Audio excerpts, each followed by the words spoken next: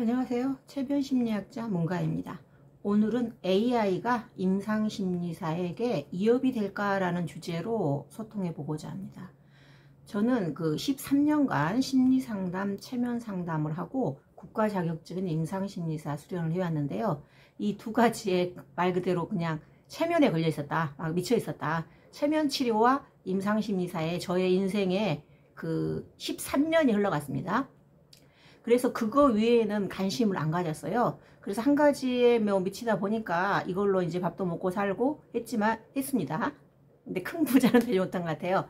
근데 최근에 제가 우연히 어떤 사람을 만나게 됐어요. 제가 어느 날 우연히 어떤 문자가 왔다는 거예요. 어떤 사람에게 그 인터뷰를 원한다라는 그런 문자였거든요. 근데 그분도 제 구독자니까 말 조심해야 됩니다. 그래서 그분을 통해서 제가 유튜브라는 것에 대해서 새롭게 관심을 가지게 됐어요. 2019년에도 유튜브를 하고 있었는데 그때부터 개설을 했어요. 그래서 애드센스를 붙여보기도 하고 하다가 최근에 다시 유튜브에 대한 열정이 그분을 통해서 되살아났어요. 그리고 또 만나게 된 사람이 그분을 통해서 연결돼서 이제 만나게 된 사람이 있는데 그 현실적인 자격증 교육을 전국적으로 하는 분이었어요. 우리 같은 이제 심리학이나 체면이나 임상심리사는 약간 응용 학문이면서도 그 이론적인 부분이 강하거든요. 근데 그분 같은 경우는 말 그대로 돈과 관련된 교육을 하는 분이었어요. 그래서 거기 교육을 우연히 가게 돼가지고 제가 챗 GPT 교육을 받게 됐어요. 그래서 그 다양한 AI 그런 프로그램이 있다는 걸 알게 됐고, 그 유튜브를 이렇게 쉽게 업로드할 수 있는, 편집할 수 있는 프로그램을 알게 됐어요. 그리고 또 그분을 통해서 알게 된 분이 또 한 분 있어요. 이제 그분도 다 저희 구독자입니다. 또 제가 지금 유튜브 도와주시는 분인데, 아니 진짜 놀랍게도 이제 블로그도 아닌 유튜브도 아닌 새로운 마케팅 도구가 출현한 거예요. 그게 뭐냐면은 단톡방이라는 거예요. 단톡방. 아마 이 유튜브를 보신 분들은 모르신 분도 있을 거예요. 그래서 요새 흐름은 이제 마케팅 도구가 블로그에서 유튜브에서 마케팅, 유튜브에서 단톡방. 예전에는 이제 SNS 중에서 뭐 인스타그램이나 트위터나 이런 걸 했잖아요. 근데 실시간 단톡방에서 그 사람들이 소통한다는 거예요. 그래서 1500명이 최대 들어갈 수 있거든요. 거기에서 사람들이 온갖 정보를 주고받으면서 진짜 빛의 속도로 정보가 업로드되고 있어요. 제가 그래서 저 같은 경우는 이제 내담자를 상담하니까 마음의 안정이 중요한데 거의 뭐 아침 새벽부터 이렇게 오늘 새벽부터 또 내일까지 12시간 이상을 계속 톡이 올라오고 있거든요. 자기 비즈니스를 홍보하거나 또 그 다양한 사람들이 자기 어떤 일상을 공유하기도 하거든요. 그래서 저도 역시 갑자기 세상이 바뀌니까 좀 당황스럽기도 하거든요. 여러분 AI 시대에 잘 버티고 있나요? 저도 지금 버티고 있는데 진짜 지축이 변동하는 것처럼 우리의 세상이 뒤집어지고 있는 것 같아요. 그래서 작년 말에 챗 GPT라는 프로그램이 출시가 됐잖아요. 그래서 저도 이용을 해봤는데 웬만한 답은 해줘요. 저도 오늘 이거 이제 AI가 임상심리사를 이업할까라는 주제로 챗 GPT한테 물어봤어요. 그리고 이제 제가 챗 GPT 말고 리튼을 알게 돼요. 리튼. 챗 GPT는 이제 인터넷 PC에 접속해서 해야 되고, 그리고 리튼 같은 경우는 카톡처럼 실시간으로 알려주거든요. 근데 저도 이 챗 GPT, 제가 지금 제일 많이 쓰는 AI 도구는 챗 GPT하고 리튼입니다. 다 들어보셨죠? 근데 안 들어보신 분도 있을 거예요. 이것을 이용하니까 굉장히 업무 효율성이 높아지는 점은 있어요. 근데 반면에 약간 머리를 안 쓰게 되는 단점도 있는 것 같아요. 왜냐면 그냥 의존해 버린다는 거예요. 그래서 나중에 뭐 그런 영화도 있잖아요. 로봇이 뭐 인간을 공격하고 인간을 위협한다, 뭐 이런 I'm 로봇 이런 영화도 있잖아요. 근데 이제 그런 것들도 상당히 이제 인간을 이제 무력화시킨다는 거예요, AI가. 왜냐면 생각할 필요가 없다는 거예요. 그래서 걔네들이 생각을 대신 해주기 때문에 좋으면서도 조금 안 좋은 것도 있는 것 같아요. 그래서 단순 작업은 AI한테 맡기고 또 자꾸 생각하고 사고하는 그런 습관을 놓으시면 안 될 것 같습니다.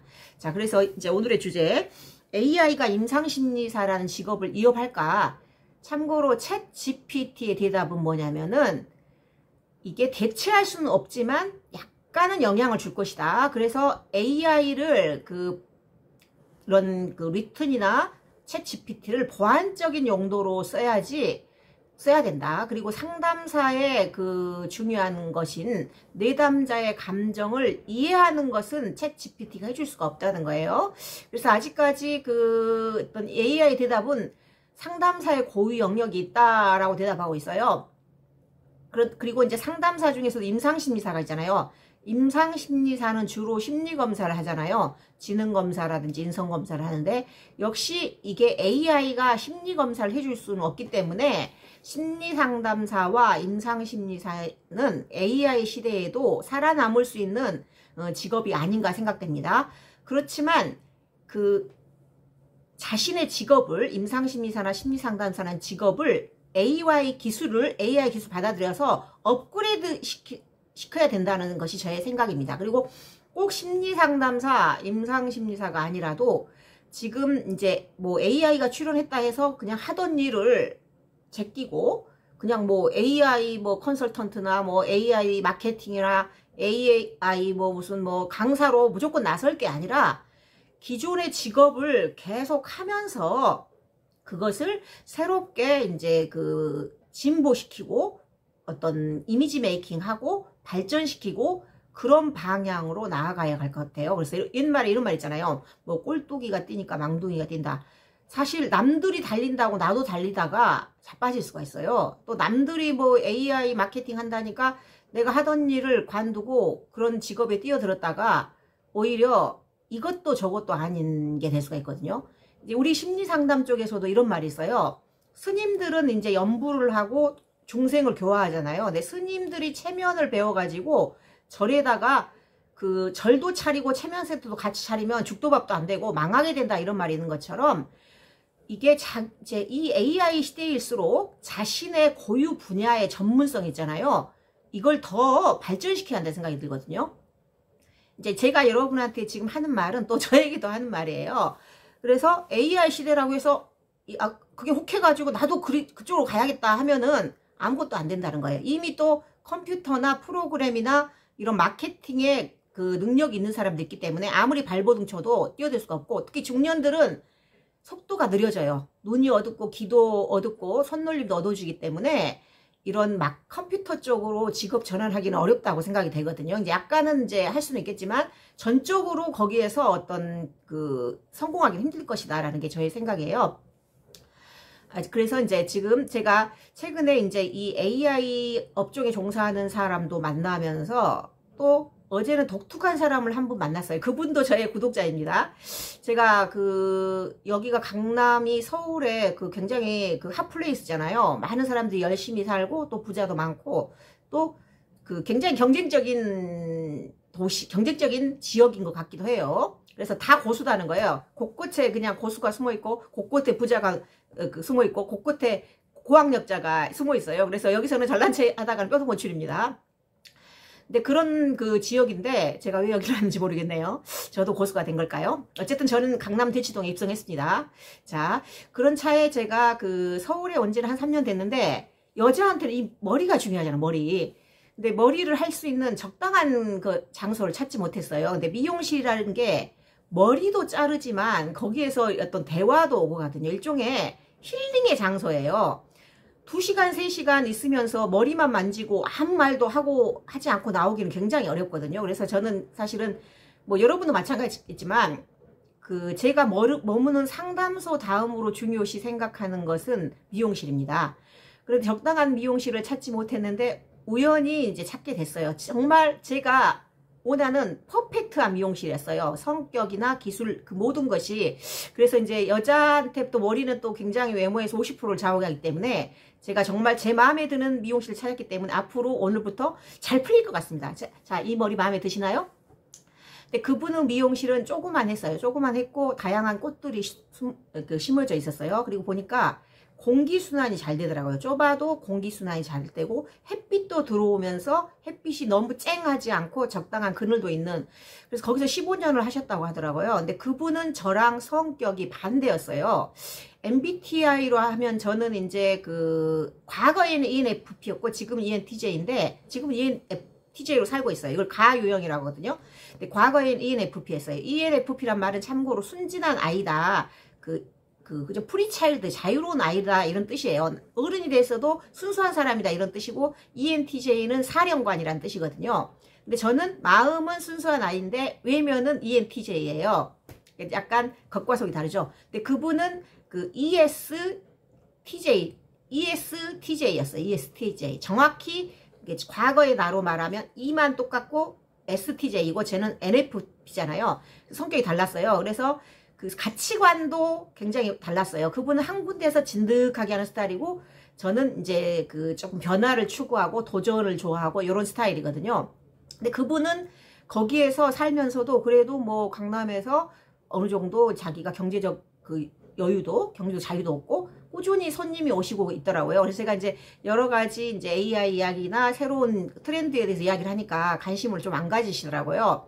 근데 그분이 그게 그 사람의 전략이더라고요. 세상이 어떻게 바뀌어도 자신만의 신조대로 이렇게 가시는 거예요. 그래서 단골 손님이 꾸준히 오심으로써 거기에서 사람들이 머리도 하고 마음도 안정되고 그런 공간이더라고요. 그래서 제가 이제 그분에게서 배운 것은 아무리 세상이 바뀌고 그 변화무쌍하게 다양하게 바뀐다 해도 자기의 어떤 전문 분야를 가지고 꾸준히 한 자리를 지키는 것이 중요하다는 생각입니다. 그리고 또 제가 이제 현실에서 만난 게 아니고 TV에서 만난 그 할아버지가 있어요. 할아버지. 근데 무슨 시골 종점, 강서구의 종점 여행이라고 있더라고요. 거기에서 제가 TV를 뭐 자주 보지는 않는데 그 장면을 딱 봤는데 어떤 나이도 한 80이 돼 보인 할아버지가 그 종점에서 끝까지 보진 못했어요. 이동 도서관을 하는 거예요. 그 책들을 어떤 뭐 차에 싣고 아이들을 찾아다니면서 그 이동 도서관을 하는 그런 거예요. 근데 전국의 거의 모든 이동 도서관이 이제 없어졌는데 자기는 살아남았다고 하더라고요. 그래서 꾸준히 한 자리를 지키니까 다른 사람들이 다 그냥 포기하고 나자빠지는데 자기는 살아남았다, 그런 이야기를 하시고, 또 그 할아버지의 마지막 멘트 중에 제가 좀 기억에 남는 것은 강서구가 이렇게 질문하거든요. 이런 깊은 어떤 종점에서, 산속이지 모르겠어요. 종점에서 어떻게 지금 이렇게 봉사하시고 이렇게 막 이렇게 좋은 일만 하시고 이렇게 비즈니스랑 연관이 없는 것 같은데 어떻게 밥은 먹고 살아요? 하니까 그 할아버님이 다 사는 방법이 있지. 사람이 모이는 곳에는 콩고물이 떨어져. 그분이 이렇게 따뜻한 마음으로 아이들에게 이동 도서관 사업을 하면서 아이들이 놀 수 있는 공간을 마련해 주다 보니까 전국에서 찾아오면서 또 이제 그런 사람을 대상으로 뭐 이렇게 음식을 판다든지 찻집을 한다든지, 제가 자세히 보지 못했어요. 근데 뭔가 이제 그런 비즈니스가 가능해진 모양이에요. 어때 공짜는 없잖아요. 세상사에 누가 뭐 와서 놀았을 때 그분한테 이제 절에 가도 그렇잖아요. 우리가 절에 놀러 가도 절에서 이제 우리가 절 경내를 돌아보면서 마음을 힐링했으면 하다못해 그 보시함에 뭐 단돈 1,000원이라도 10,000원이라도 놓고 오고 싶잖아요. 이제 그런 식으로 이제 기부나 이런 걸로 유지되는 것 같아요. 자, 그래서 AI 시대 지금 잘 버티고 있나요? 저는 이제 AI 시대에도 임상심리사와 심리상담사는 살아남고 또 여타 직업도 자기가 꾸준히 해오고 또 그 해온 것을 더 전문성을 강화시키고 또 이 AI 기술을 결합시킨다면 이 AI 시대에도 흔들리지 않고 그 생업에 종사하면서 자기가 원하는 그 어떤 최소한의 소득을 얻을 수 있다는 것이 저의 생각입니다. 오늘 AI 시대에 임상심리사에게 이업이 될까라는 주제가 공감이 됐거나 나도 그렇게 생각해, 맞다 맞아 이렇게 생각한다면 구독, 좋아요, 알림 감사합니다.